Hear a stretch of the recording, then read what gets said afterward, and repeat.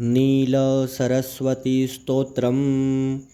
ॐ घोररूपे महारावे सर्वशत्रुभयङ्करी भक्तेभ्यो वरदे देवी त्राहि मां शरणागतम्।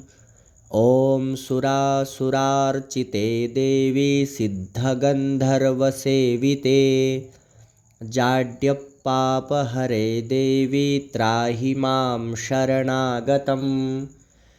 जटाजूटसमायुक्ते लोलजिह्वान्तकारिणी द्रुतबुद्धिकरे देवी त्राहि मां शरणागतम्। सौम्यक्रोधधरे रूपे चण्डरूपे नमोऽस्तु ते। सृष्टिरूपे नमस्तुभ्यं त्राहि मां शरणागतम्।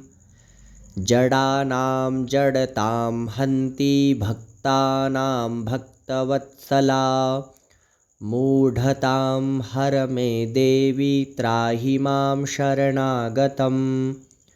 वं ह्रूं ह्रूं कामये देवी बलिहोमप्रिये नमः। उग्रतारे नमो नित्यं त्राहि मां शरणागतम्। बुद्धिं देहि यशो देहि कवित्वं देहि देहि मे। मूढत्वं च हरेद्देवी त्राहि मां शरणागतम्। इन्द्रादिविलसद्वन्द्ववन्दिते करुणामयी तारे ताराधिनाथास्ये त्राहि मां शरणागतम्। अष्टम्यां च चतुर्दश्यां नवम्यां यः पठेन्नरः षण्मासैः सिद्धिमाप्नोति नात्र कार्या विचारणा। मोक्षार्थी लभते मोक्षं धनार्थी लभते धनं विद्यार्थी लभते विद्यां तर्कव्याकरणादिकम्।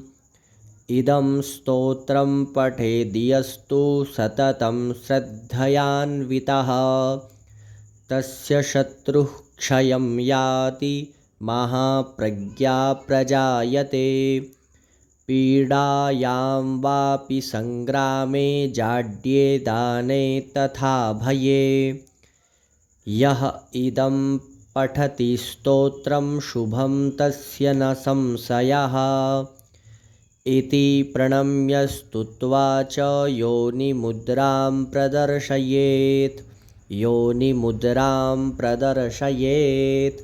नीलसरस्वतीस्तोत्रं सम्पूर्णम्।